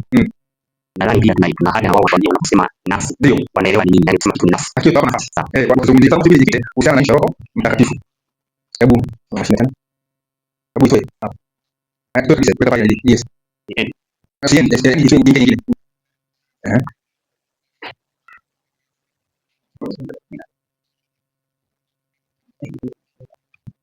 Haya. Hizo hukumu ziandika hapa. Roho Mtakatifu ni nani? Sasa ndio kitu kwa Ellen White kwanza. Kwanza nipe kile cha Mwanzo moja kabisa wa pili. Kwa msingi kitu kwa haraka. Fungue mwanzo. Mwanzo moja kabisa wa pili. Hayo mshirika ukiwa hata kuna giza ilikuwa juu ya uso wa maji. Roho ya Mungu ikatulia juu ya uso wa maji. Roho ya nani? Ya Mungu. Ndio roho ya Mungu ikatulia juu ya uso wa maji. Yoeli 2:8 soma. Yoeli sura ya 2. Kwa sababu Roho Mtakatifu ni roho ya nani? Ya Mungu ikatulia juu ya uso wa maji. Hiyo ndio roho Mungu ametupa watu wake. Soma ndio. Ndio kwa haraka. Yoeli bwana mkea. Yoeli ni sana kusimba. Mfungue kusimba kwa kwenda. Kwa chache. Yoeli ni sana kwa roho ilikuwa. Ndio baada ya hayo kwamba nitamimina roho yangu juu ya wote wenye mwili. Nitamimina roho yangu juu ya wote wenye mwili. Na wana wenu waone kwa wake watatabiri. Sasa roho ya Mungu ikatulia juu ya uso wa maji. Kwa maji. Na sasa mwisho Mungu anasema atamimina roho yake. Sasa tunamimina roho nani? Roho Mtakatifu. Kwa hiyo tunasema kwamba roho ni nafsi kwa namna gani? Pia hiyo sababu tunaelezea. Anakuwa ni nafsi kwa sababu anabeba utu au personality ya nani? Ya Mungu mwenyewe. Sasa siri ni roho ya nani? Ya Mungu ambayo ina mwana. Ndio maana Biblia unasikia Mungu Baba na Mama, unasikia mwana wa Mungu anaje? Ana mwana bali roho yake anaimwaga roho yake juu ya watu wengine kwenye mwili. Sina mambo moja sana. Isaya ndio. Alama. Sura 61 mstari wa kwanza. Sina moja nasema roho ya Bwana Mungu juu yangu. Roho ya nani? Ya Bwana Mungu. Ya Bwana Mungu ali ana roho. Bwana Mungu ali ana roho. Roho ya Bwana Mungu iko juu yangu. Luka ni kunasema leo. Yesu anasema roho wa Mungu iko juu yangu. Ngao kwenye roho wa Mungu analakai gani? Roho ya nani? Ya Bwana Mungu spirit of God. Roho ya Mungu iko juu yangu. Kwa mfano Biblia moja kabisa tunaenda tunapiga simu Biblia. Nasema ndio. Sura 2 mstari wa kwanza. Hata katika mwaka wa pili wa kumiliki kwake Nebukadneza, Nebukadneza ndoto na roho yake ikafadhaika. Na roho yake ikafanya Mungu alitoa mfano wapi? Pamoja. Kwa Bwana Mungu ana roho na sisi katika nini? Roho. Kwa roho ya Nebukadneza ikafanyaje? Ikafadhaika. Sasa roho ya Nebukadneza ikafadhaika na kuwa mwingine. Bali kwa watu wengi unafadhaika kwa roho ya Bwana Mungu yuko juu ya Bwana Mungu roho. Maana kwa Korinto pili sura ya pili ule mstari wa 11 kuna comparison ya Biblia ilivyo. Kusoma sura ya 11. Kwa hiyo kwa sura ya 11. Maana ni nani binadamu aitwaye mambo ya binadamu? Ila roho ya binadamu. Nebukadneza kwa roho ikafanyaje? Ikahuzunika. Kwa maana kwa nafahamu uzuri ya nini? Ya Nebukadneza. Vivyo hivyo na mambo ya Mungu hakuna ayafahamuye ila roho wa Mungu. Ila roho wa Mungu, spirit of God. Iko kwenye roho ya nani? Ya Mungu. Kwa hiyo sisi tunaamini kwamba Mungu anaweka tunatia hiyo roho anakuwa pamoja nasi. Kwa Korinto waraka wa kwanza Yohana 3:24 haraka tuache. Waraka wa kwanza Yohana 3:24. Ndio. Inasema hivi. Naye azishikaye amri zake. Kaa ndani yake. Naye ndani yake. Ndio. Na katika hizo tunajua kuwa anakaa ndani yetu. Kwa hiyo roho aliyekupa. Kwa Mungu anakaa ndani yetu. Ndio. Naye azishikaye amri zake. Kaa ndani yake. Yeye naye ndani yake. Na katika hiyo tunajua kuwa anakaa ndani yetu kwa huyo roho aliyekupa. Mungu anakaa wapi? Ndani yetu kwa huyo roho aliyekupa. Na formula ya Mungu ndani yako ni 15. Yohana hiyo sura. Kwa kwanza Yohana 15 inasema hivi. Kila akili kuwa Yesu mwana wa Mungu. Kila akili Yesu mwana wa Mungu. Mungu kaa ndani yake. Mungu kaa ndani yake. Yeye anakaa ndani yetu kupitia nani? Yesu mwana wa Mungu. Na anakaa ndani kwa ya roho yake. Basi kwa mwisho atamina roho yake juu ya wote ni. Sasa tumpenda kwa Mungu nani?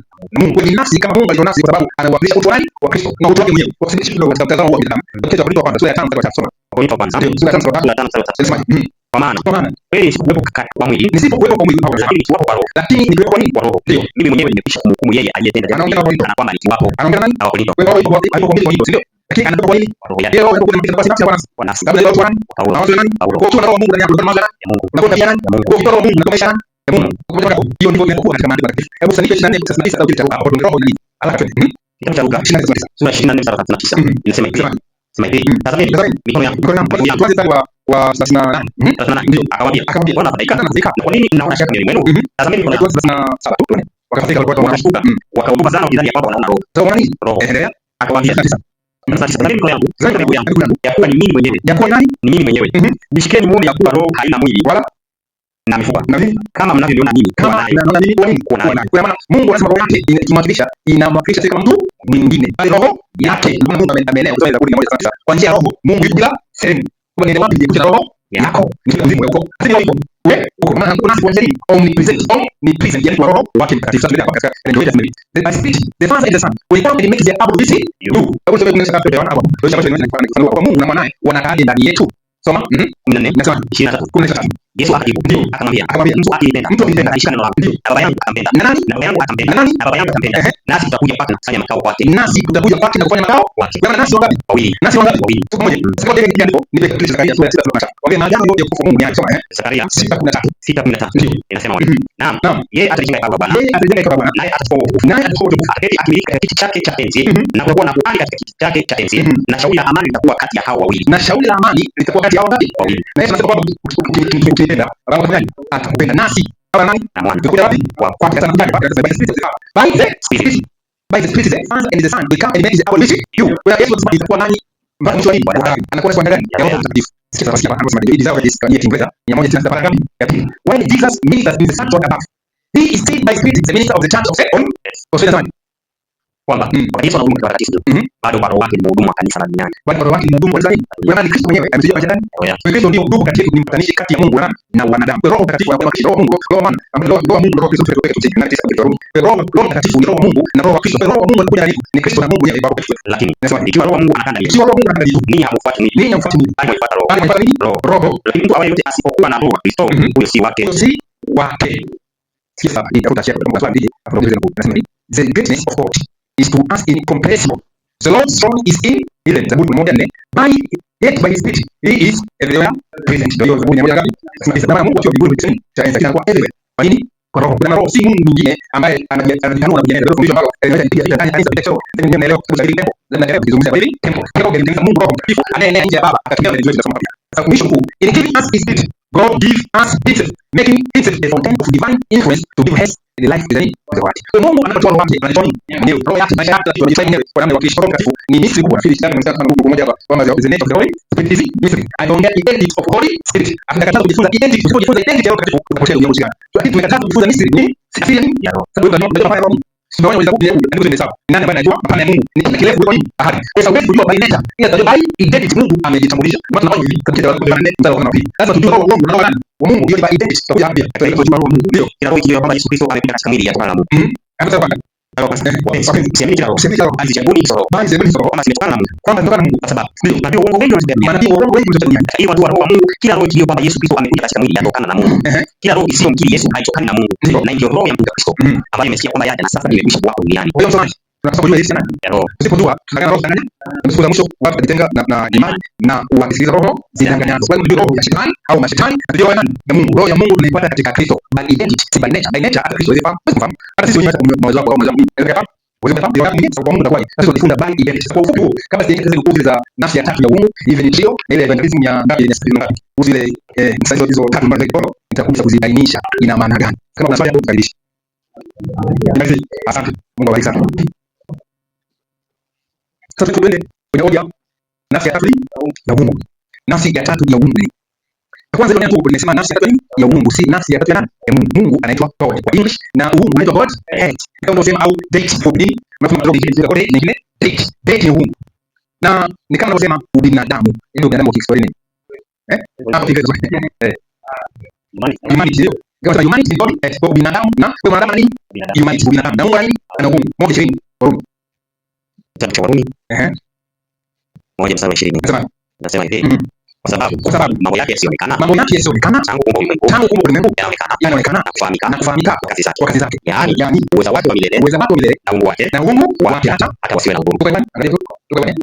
Hapa swali na udhuru kwa maana kwa msomaji wangu neno uungu kwa mambo jinsi ndote hapa naelewa si Mungu kwa uweza wake wa milele na uungu wake na kuna mmoja ambaye ana uungu wake. Sasa tuangalie huyu ambaye ni baba ambaye anaelezewa hapo. Tusome katika Wakolosai 1:19. Some Wakolosai 1:19. Nasema kwa kuwa katika yeye ilimpendeza utimilifu wote ukae. Anaongea nani hapo? Yesu Kristo. Sasa mimi nasema ni utimilifu gani ambao unakaa kwa Yesu? 2:19. Wakolosai 2:19 nasema wala akishiki kichwa. Wakolosai 2:19. Nasema hivi. Maana katika yeye unakaa utimilifu wote wa Mungu. Sasa naomba tunaelezea mimi naamini kingezo sana sababu ndio agizo la nabii tusome na evidence kubwa tafsiri yake ni very powerful, ni Biblia ya Protestant Reformers. Soma hiyo Biblia kitabu cha Wakolosai King James Wakolosai Colossians chapter 2:9 inasema hivi soma for him dwelt all the fullness of the Godhead bodily. Kumbe katika Yesu unakaa utimilifu wote wa uungu God head. Kwa maana kule Mungu ana uungu na kwa Kristo katika moja kuna tisa Wakolosai ilipendeza utimilifu wote wa Yesu ukae. Na maandiko katika Biblia yanasema kwamba kwake umekaa utimilifu wote wa uungu Bwana asifiwe. Sasa hii inaungana nini? 1:5 katika Yohana. Wapo kwanza wanaoiona. Yohana hii katika 5:26. Inasema hivi. Nasema maana kama vile Baba alipa na uzima nafsini mwake, vivyo hivyo alimpa Mwana kuwa na uzima nafsini mwake. Hivyo alipa Mwana uzima nafsini mwake. Tunajua kwamba uungu sio wa nani? Baba. Na kwa Mwana ilipendeza kukaa utimilifu wa Mungu. Sasa sisi pia katika Kristo tunapokea kile Kristo tunataka. Petro kwanza 1:3. Wapo kwanza Petro. Kwanza sura ya kwanza inasema ahimidiwe Mungu. Wapo pia Petro sura ya kwanza ndio mstari wa 2 mstari wa 3 inasema kwa kuwa uweza wake wa uungu tumesoma kwa moja uweza wa nini wa uungu kwa kuwa uweza wake wa uungu umekirimia vitu vyote vipasavyo uzima na utaua kwa yeye aliyetuita kwa utukufu wake na wema wake mwenyewe. Tena kwa hayo ametukirimia ahadi kubwa mno za thamani, ili kwamba kwa hizo mpate kuwa washirika wa tabia ya uungu. Ya uungu. Sasa kusoma kwenye King James Version inatumia tabia. Inatumia asili ya nini? Ya uungu. Kwa kusema isome. Petro wa pili, waraka wa pili wa Petro 1:4 inasema hivi. Ndio.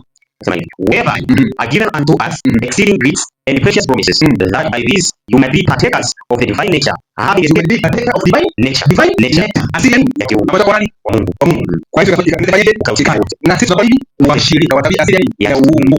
Anasema ni Mungu. Bwana asifiwe. Amen. Kwa hiyo tukitoka mbinguni tutakuwa tabia kama nani? Ya Mungu na maana. Sasa kwa element ambapo tunaamini kabisa ndio ndio na Biblia, maana Biblia bali ni roho ambaye anatumia hii Biblia. Tutachoka ndio kutatiza basi. Kwa mneka kama kabisa.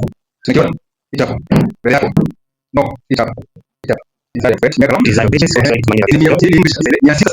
nimekuja mstari hapo. Sasa angalia kuhusu nafsi ya tatu ya uungu. Tunataka kuona kwamba si nafsi ya tatu ya Mungu bali nini? Ya uungu. Sasa hiyo nafsi ya tatu ya uungu ni kusoma liko. Ni mstari wa the power of the devil. The power of the devil. Hii chapter hizi mpaka 14. Lakini tukiingia ni sisi moja. Hiyo soma lakini chapter inaitwa let not your heart be troubled. Roho yako isifadhaike. The power of the devil. The power of the devil. Nguvu ya uovu had been strengthened for centuries. Imejiimarisha kwa karne and the submission of men na watawala wa wanadamu to this satanic captivity. Kwa hii ufungo wa shetani was amazing. Ni wajabu. Sin would be resisted.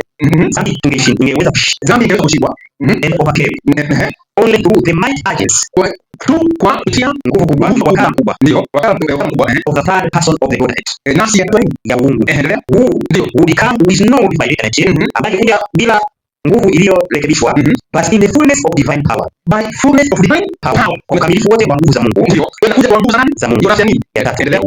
It is the spirit, you know, that makes effectual what has been worked out by the word redeemer. Sasa naomba sasa ndio chini ya kwamba Kristo kutoka kwa Christ has given his spirit. Kristo anatupa roho yake as a divine power, yani anatupa roho yake kama nguvu za Mungu to overcome all religious and cultivated tendencies to evil. Sasa kumbe tuna Kristo anatupa roho yake ili kuovercome dhambi inayokuwa ndani. Kwa nafsi ya tatu ya Mungu, roho Kristo kutoka roho Kristo ndio nafsi ya tatu ya Mungu ambayo inakuja by divine power from God.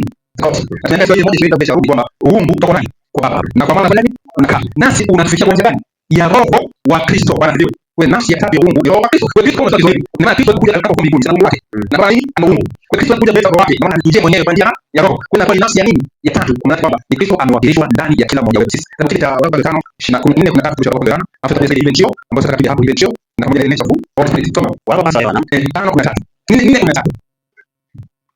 Warumi 5:13 nasema katika hili tunafahamu kuwa tunakaa ndani yake naye ndani yetu, kwa kuwa ametushirikisha roho wake. Bwana ndio. Kwa maana Kristo anapotushirikisha roho wake, kama roho analeta personality ndani ya Kristo ndani yetu, kwa Kristo anakuwa katika roho au nafsi ya tatu ya Mungu, kwa maana ya Kristo ndani yetu. Kristo ametupa roho wake. Kwa hiyo tumsome ndio wetu tumwachie kwa Mungu mwenyewe anachomaanisha. Sasa naomba kidogo basi katika ile ndio. Naomba niseme mtu mmoja hapa, mtu mmoja anaitwa Auna sisi, bila kama sisi wa kanisa letu. Anapata ile ndio. Wasisi kwa ushuhuda wa kweli. Eleza nasema hivi. Anasema hivi, watu wa sisi wa mwisho kweli. Wakati uwezo wa Mungu ukishuhudia kama kitu kweli, ukweli huo unasimama milele. Hakuna mawazo yaliyo kinyume na roho aliyotoa Mungu yanayopaswa kupokelewa. Watu watainua tafsiri wa maandiko ambao ni kweli, lakini ambao si kweli. Ukweli wa wakati Mungu ametoa kweli kama msingi kwa ajili ya imani yetu. Sasa hivi watu tunaambiwa na nabii kwamba tuache wasifu nini? Umbushe nini? Ukweli hii inaitwa kama unaandika ni white, this is white, page ya 5 au pia council writers ile page ya 91 pale pili. Kama unaweza kuandika hapo, sana tuangalie wasisi.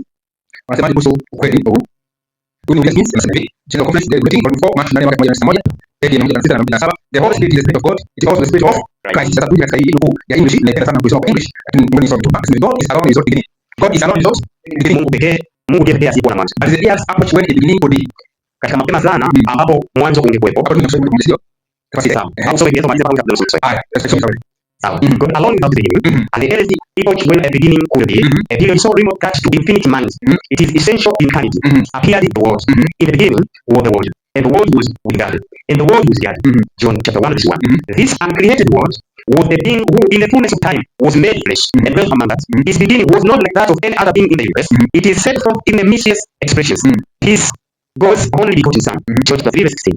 John chapter 4:9. The only begotten of the Father. The only begotten of the Father. I proceeded forth and came from God. Thus it appeared that by some divine impulse or process, not creation, known only to omniscience, and possible only to omnipotence, the Son of God appeared. And then the Holy Spirit, by affinity of transition called the Holy Ghost, the Holy Spirit, the Spirit of Christ, the divine afflictors and medium of their power, representative of them both, was in existence also. Asante kwa maana kwa Roho Mtakatifu and the Spirit of God, the Spirit of Christ, the divine afflictors in the medium of their power. Kwa maana Roho Mtakatifu kwa mjibu wa ule sisi ambao Ellen ametuambia tu uweze kuangalia wasemaji kuhusu kweli. Roho ndio nani? Kwa Baba. Na kwa nani? Kwa Mwana. Mwana represent all. Kwa maana Roho anapokuwepo una Baba nani? Una Mwana. Kweli mystery. Anasema kwamba the divine apparatus, the medium of their power, represent of them both. Kwa maana mystery kubwa sana, kwa sababu mystery kubwa ambayo inatokea ambayo huwezi kuelezea kutoka kwa Baba, ina represent all of them. Sasa tuje sasa hapa kuhusu nafsi, wana maana gani kuhusu nafsi? Anasema hivi. Tunaposoma katika White mwenyewe. Mtoto ndio huyu ndio si White kwenda kwa HW Cup. Anasema kauli na hoja za baadhi ya wahudumu wetu katika ishara zao za kusikia mambo katika nafsi kama ni Mungu Baba na Kristo yeye kwa kwa nafsi. Akiwa yamini si nafsi kama nani? Baba na Mwana msamaha kanisa hapa. Roho nafsi maana ni mshahara. Sawa. Sasa kwa nafsi ni anasema hivi sana wajibu wote ambao unakontradikti maandiko ya yake. Anasema hivi Roho Mtakatifu nafsi kama ni Mungu Baba anasema. Kwa kauli na hoja za baadhi ya wahudumu wetu katika ishara zao za kusikia Roho Mtakatifu nafsi kama ni Mungu Baba na Kristo. Sema baadhi ya wahudumu wetu ni wawili wetu baadhi sio wote kabisa. Anasema hivi maana kwa sababu Tanzania na wakati mwingine zilifanya huzunike. Mwalimu mmoja anasema naweza kuchukulia kama yule anashughulika kuitia mambo hapa duniani. Mtandao wangu ulipotumwa kidogo kujifunza kutoka kwenye kamusi kwamba moja maana za neno nafsi ni sifa. Nini? Ni sifa. Ilielezwa kwa namna ambayo ilifanya nisikimishe kwamba huenda tukawa nafsi bila kuwa na umbo hili la kimwili kama nilivyo hapa. Hapo kwa mwana kuna maandiko mengi yanazungumzia baba mwana na kusekana kwa maandiko yanazungumzia kwa namna ile kazi ya pamoja na Roho Mtakatifu au Kristo. Na Roho Mtakatifu kunifanya niamini kwamba Roho asiye na ubinafsi wa nafsi alikuwa Kristo baba na Mwana katika ulimwengu wote. Na kwamba kupitia Roho Mtakatifu ndipo wanakaa miongoni mwetu na kufanya kuwa mmoja na baba na nani na Mwana. Huyo ni mtoto wa Ellen G. White nukufu nimeweka hiyo hapo. Sasa hiyo ndio hadi ambao wasisi wetu wa jamii ndio ilieleza kitu ambacho kwa nini. Sasa kwa sasa kwa hoja nyingine ya kuhusu even trio, ndio basi wale chama moja Kwa hiyo maana hiyo wasisi waliamini roho nafsi, lakini si kama Yohana. Umeona? Waliamini nafsi kwa maana anatoka kwa Baba akiwapisha mtu wa nani? Baba Baba hiyo biografia. Sasa naomba uchukue hapo ngala. Ndio sawa. Nimeweka hapa. Maliza hizi. Hebu niende hapo kwa sawa. Bye. Ndio. Twende hapa kwa nukuu nimeweka. Tutamaliza tatizo kidogo tu.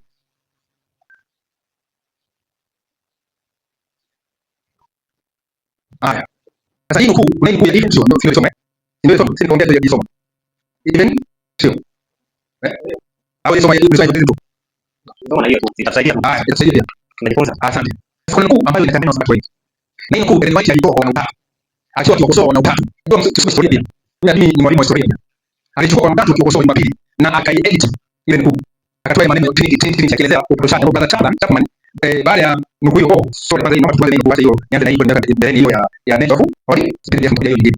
Sasa hiyo nature ya host ilikuwa tusizungumzie. Kwa mtu kwa mambo mengi kwenye Biblia na biunganisha akasema kwamba hiyo imesha nini? Kanisa. Hakumaanisha kwamba watu wasijue nani? Wa Mungu ama Mungu ama mwana wa Mungu. Hoja ilikuwa hivi. Huyu Brother Chapman naomba umshike baba Chapman. Maana ni mwingine katika sababu alijenga hoja ndani ya kanisa kwamba Roho Mtakatifu ni malaika Gabriel. Malaika nani? Gabriel. Ndipo Mawaizi akamwandikia waraka ilikuwa mshindano huyu Gabriel huyu nini? Hebu roho tayari alikuwa ameshabainishwa ndio nani? Mungu na roho Kristo. Sasa hii nukuu ya English anaisema hapa. Sasa tukisoma kwa English kwa kusaidia. Kama wewe ngoja utaandike vizuri. Ellen White in that story which began to Brother Chapman on June moja na ngapi? Sasa pia hapa kwa nukuu ya hapa. Nukuu Ellen White revealed in October 26 ya mwaka 1997. Sasa kwa hiyo hapo tutakosa kuituliwa pia hapo tutakosa aiongelee historia hiyo ndipo. Na tumwambie niwaambie kimoja. Ellen White na mambo mengi bila moja. Unataka kuna ile kana ile historia. Iliandikwa kwa sababu gani? Kwa lengo gani? Ndio pia anasema ndugu zake pia isome. Ndio maana nasema ndugu zake tusisome kwa wakati na wakati. Ndio maana mtisa kitu sana, ndio. Bwana sisi ipo ndugu hiyo ipo mmeweka kwa ubaki kama. Hata kwa sababu ndio kama wao kwa kweli kumpeleza Mungu alisaidia tafadhali alianguka. Ndio kama inanyumba lakini tazama tena. Lakini wakasoma Mungu tazama mpaka chini haongelei kuanguka ili kanisa lao tanguka anaongelea kwamba watakatifu siku ya mwisho itafika mahali na baba atakuangamizwa lakini watainuka ukiona umeshinda. Au kama nilikuwa nasema usiki kanisa kwa kwa badili. Sasa hiyo ni kitu ambacho tunaongea ndio kusema. Sasa naomba tuliwe Kiswahili nimefasiri kama mtaniruhusu nisome kwa sawa. Kama Kiswahili sawa. Nasema muda unajaribu kwa hiyo. Ndio Kiswahili maswali ya mwisho. Ndio Kiswahili. Nasema hivi. Nimekuwa leo hapo ya kazi. Katika leo hii unasema kwa maneno haya mzee Lawson hataki niondoke bali anashauri niingie katika kuuza vitabu hadi wakati ambapo mkutano unaweza kuniajiri katika nafasi nyingine. Lakini anasema wazi kwamba siwezi kutumwa kupeleka kweli kwa wengine hadi baadhi ya mambo yanashiria yabadilishwe au kurekebishwa ili mfundisho yanashiria kama watu yaweze kuwasilishwa ipasavyo. Hili page ya 4 natoa mfano wazo langu kuhusu Roho Mtakatifu kwamba si Roho wa Mungu ambaye ni Kristo bali ni malaika wa na mkuu Brother Chapman ambaye ni Kristo baada ya aende katika ngamia usiende kwa kuhubiri sababu hujafikiana na sisi kuhusu Roho Mtakatifu wanasema ni malaika. Sasa mwache bwana malaika sasa ni Kristo bali malaika Gabriel na imani yangu kwamba wale 100 na wale 1000 watakuwa Wayahudi watakubali Yesu kama sisi. Ndio sema nasema kitu jambo yote ya msingi ndio maelewano kamili na watu wetu, lakini napojaribu kuonyesha kile kinachoonekana kwangu ni nuru mpya kweli wale wale kwa mamlaka ambao inaonekana hawajawahi kufanya uchunguzi binafsi wa jambo hilo wanakataa kuangalia Biblia bali wanahitaji kama mtu mwenye mawazo ya ajabu kuhusu Biblia. Mawazo yako kuhusu mambo hayo mawili uyataka hayafikiani na nuru ambayo Mungu amenipa. Mara 11:7 sasa asili ya Roho Mtakatifu sasa asili ya Roho Mtakatifu ni fumbo lisilofumbuliwa nini wazi hata tutaweza kama kueleza kwa wengine kwa sababu Bwana hajakufunulia pamoja na Biblia Brother Chapman ambaye anasema Roho Mtakatifu ni malaika. Unaweza kusema maneno kuweka katika yako yake lakini kwa yake sahihi maelezo yanatumia kuunga mkono msimamo wako si sahihi. Unaweza kufanya baadhi ya kubali maelezo yako lakini huwasaidii wala kuyakubali hawawezi kuwasaidia wengine. Si jambo lazima kwa kuweza kufafanua hasa kwa Mtakatifu nini. Kristo anatuambia kwamba Roho Mtakatifu ni mfariji na mfariji Roho Mtakatifu Roho kweli Baba anamtuma kwa jina langu nami naomba Baba naye atakupeleka wengine ili akae nanyi hata milele. Roho kweli ambaye ulimwengu huwezi kumpokea kwa sababu haumwoni wala humjui lakini ninyi mnamjua kwa maana kanani naye atakuwa ndani yenu. Sasa yule anataka kwa nani? Sasa hii inahusu wewe kila mahali Roho Mtakatifu anataka mfariji anasema kuna mafumbo mengi ambayo sijaribu kuyaelewa wala kuyaeleza ni dumu kwangu na juu ya mno kwako kama tunasema katika baadhi ya mambo haya unyamaza nini ni hekima. Natumaini kwamba unataka kuwa katika maelewano mwili ya kanisa. Unafanya kosa ambalo wengine wengi wamefanya. Lakini kwamba unarudi mpya. Wakati sura mpya kila kosa, utahitaji kuingia katika maelewano ndugu zako. Ni wajibu wako kujiweka karibu na watu kadri uwezavyo. Sasa ndugu yangu, utahitaji ni ukweli na lazima tuwe nao, lakini usiingize kosa kama ukweli mpya. Ndio sababu swali hilo ndio wapi tunaona. This is power, more event power. Itakuwa sasa itarudia kwa nani? Wenzako wa sisi. Sasa anasema kwamba ndugu zaidi nyingine sasa ndio ile kutoka sasa mwaka 1877. Sasa tutafanana kumfariji. Sasa hakuna mfariji kama nani? Kristo mwenye huruma na wa kweli. Anaguswa na hisia na upepo wetu. Roho wake unena moyo, ushawishi roho, ushawishi wa Roho Mtakatifu ni maisha ya Kristo ndani ya nini? Ya nafsi. Ni maisha ya Kristo ndani ya nafsi. Kwa mfariji nani? Ni Kristo. Ila anatufariji kwa roho wake. Sasa hiyo maana ndio the nature of God's spirit is missing. Hapo mjibu nani? Chapman. Haongelee identity na kuonyesha kwa sababu anataka wa Kristo kama kanisa kwa tujue identity of Holy Spirit. Ili siku za mwisho tupate roho wa masika. Na kabla ya masika shetani atakuja roho wake. Sio roho shetani anafanya kazi wasiwe kwa hata hiyo hicho ambayo tumalize hiyo nukuu. Hiyo ya evangelism. Ametumia nukuu hapa. Internet business of the Asima na White. Kitabu cha evangelism kiliandikwa na Riley from mwaka 1976. Google kwa shona. Alichukua nukuu za Ellen White akacompile na akaweka vichwa vyake. Lengo ni kutafuta uhusiano na Wakristo wa pili ambao kanisa kwa sababu liliingia uhusiano mwaka 1977. Ndipo na Musa Moses mmoja wa Wakristo wa Katoliki na Protestanti wa kanisa wakiwa kitabu cha evangelism kuonyesha kwamba Ellen White ni nini? Utatu. Lakini Musa nasema historia ya Musa akasema hivi, nimemsoma Ellen White, nimevuta nini? Utatu. Lakini waliingia chemba na Riley from wakatoka na kitabu cha Pushing Doctrine ambalo linaongoza kanisa kwa tatu katika nukuu. Sasa hii nukuu tumeambiwa kimechapishwa mwaka 1977 Na ndio tunakuuliza mwana huyo alio sasa kuna ile fumu. Lakini Ellen White ana kitabu paso kama Ellen White kama evangelism. Sasa ili kwa hiyo alitoa hapo special testimony series B namba 7 ndipo ni kulipo. Sasa ile kitabu kama utaona maneno yako. Ama leo ushakusoma kama sukuru unasema hii hapa nimepiga sana. Hii rangi hiyo hapo ni hapa hapa. Hapa. The internal heaven, the naturalness. Nasema God, Christ and the Holy Spirit. I mean the disciples with more than more energy. Kuna maana kumbe mnaweza kuongea kuhusu internal event, sawa? Ni nani? Moja, Mungu. Pili, Christ. Tatu, Holy Spirit. Yule kama ile mkawabatize kwa jina la nani? Na nani? Na nani? Hebu ndio tumisha Wakorintho wa kwanza pili, tunataka tuangalie hiyo internal event, the naturalness. Inasemaje? Kwa kuna nini? Wakorintho wa pili ngapi? Inasema hivi. Neema ya Bwana Yesu Kristo. Neema ya Bwana wetu Yesu Kristo. Na pendo la Mungu. Na pendo la Mungu. Na ushirika wa Roho Mtakatifu. Na ushirika wa nini? Wa Roho Mtakatifu. Ukae nani yote. Ukae nani? Kisha kusema ndio kuhusu ukae nani? Upate neema. Sasa tuanze kwa nani? Hiyo neema inatoka nani? Kwa Yesu Kristo. Bwana Yesu Kristo. Alafu inakuja nani? Pendo la Mungu. Pendo la Mungu. Utatu unasema Mungu kwa nani? Baba, Mwana na Roho. Kwa Baba, Mwana na Roho. Kwa moja. Lakini anasema kuna Yesu, kuna Mungu na Roho Mtakatifu. Hebu nionyeshe hapa. Kitu cha msingi hapo tunaishi.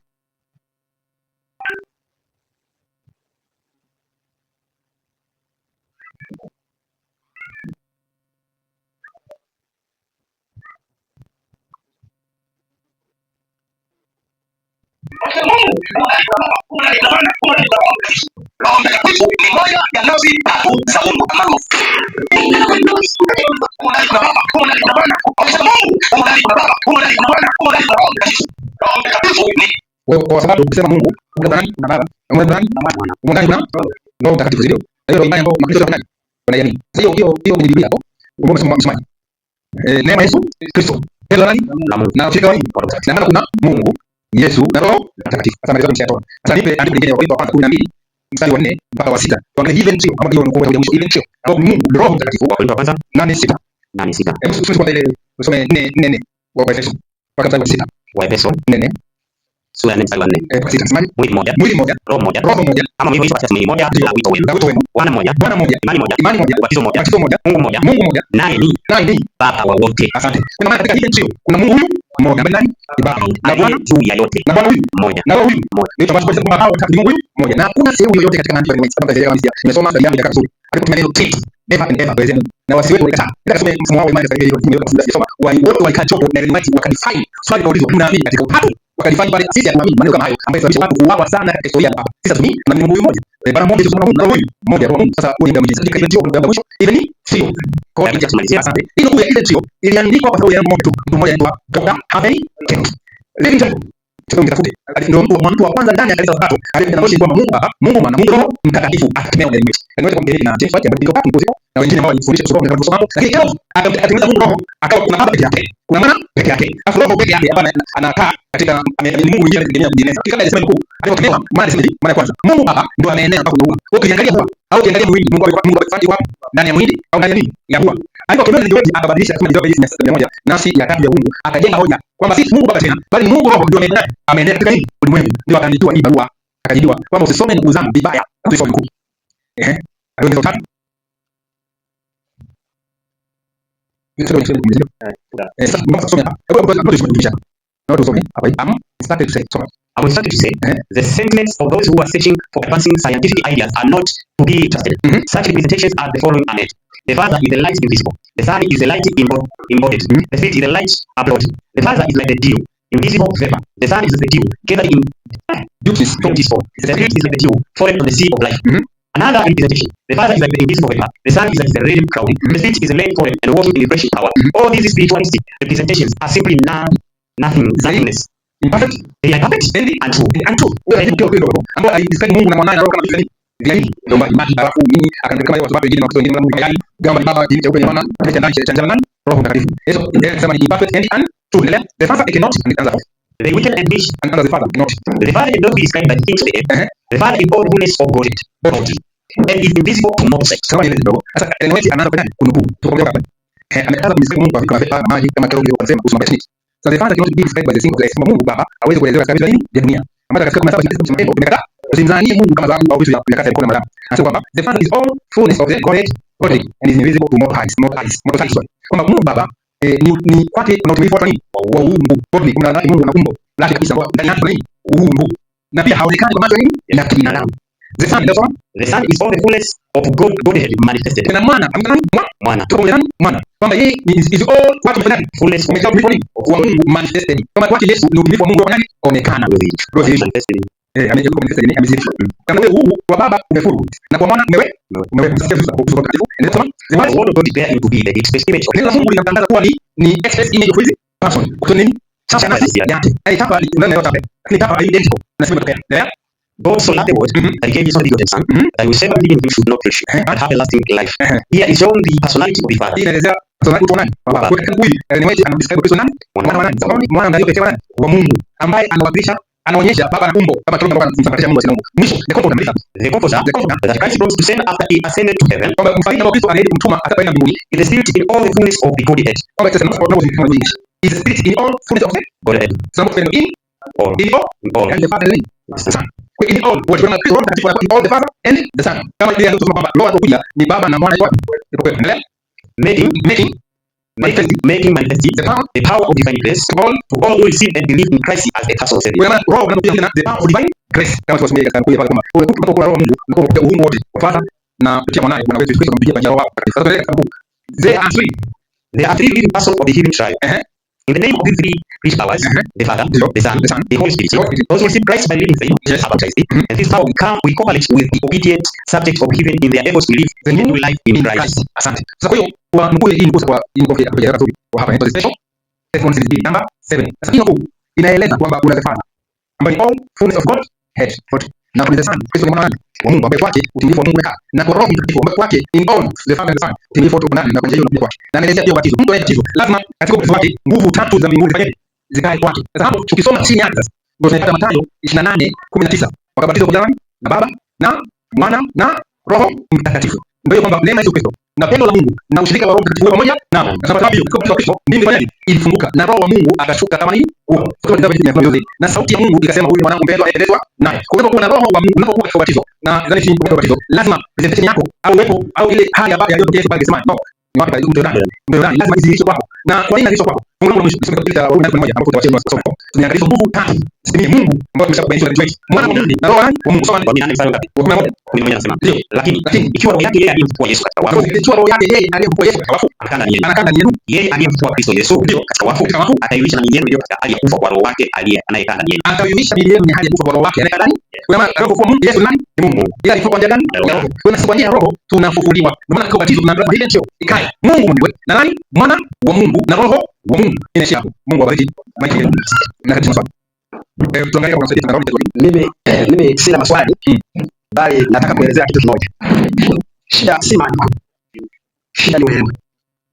Kwa sababu kile ambacho mwenzetu alikuwa anazungumza Mama White katika kipande alikuwa anaeleza labda nisimame hapa kidogo kwa sababu kuna vitu vichache nataka nirudie alafu ndugu yetu labda kwa sababu ndio anakimbiza lakini hatuwezi kupanga huko tumehudhuria.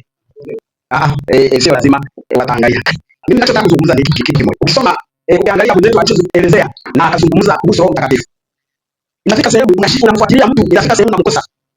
Yaani anatiririka akifika katikati. Katika kile alichozungumza awali anakipiga akifika huko. Katika maelezo ya mwalimu alivyokuwa anaeleza, anatiririka akifika katikati. Maneno yenyewe yanashuhudia yakikosoa. Na ninachotaka kusema kitu kimoja. Kuna kielewa Kiingereza inasema uungu. Tumeumia. Unapofika kwenye uungu unakubali Mungu Baba, unakubali Roho Mwana, unakubali Roho Mtakatifu. Ukifika kwenye kueleza Roho Mtakatifu, unaeleza Roho Mtakatifu kwa namna ya kero. Kwa sababu kero inaweza kama ile ndio inawapinga, walieleza Roho Mtakatifu wengine kama wingu, kama ile ndio labda nisitumie. Kusudi nisiseme maneno ambayo sio yaliyoandikwa katika evangelism kwa Kiingereza ni kurasa ya 13. Mama White alikuwa akieleza kisa kizima cha kuhusiana na habari ya uungu. Katika hii habari watu waliokuwa wanaeleza kwamba mimi hapa ninasoma Kifaransa. Le Père est semblable à la vapeur invisible. Kwamba baba anafanana na mvuke usioonekana. Ndipo waliokuwa wanaelezea baba. Kwanza ndio usema Kiingereza hata kulikuwa tunaweza kuipata. Wakaelezea Kristo kwamba ni kama wingu lisiweza kueleweka. Wakaelezea l'esprit et appliquer le pendant à nos ailes bienfaisantes. Kwamba Roho Mtakatifu ni kama umande unaotubariki unazunguka pote. Mama White kaamua kuwakosoa. Ndipo akaanza kusema baba ni nafsi. Mwana ni nafsi. Na Roho Mtakatifu ni nini? Ni nafsi. Na mwalimu wetu ambaye ametoka hapa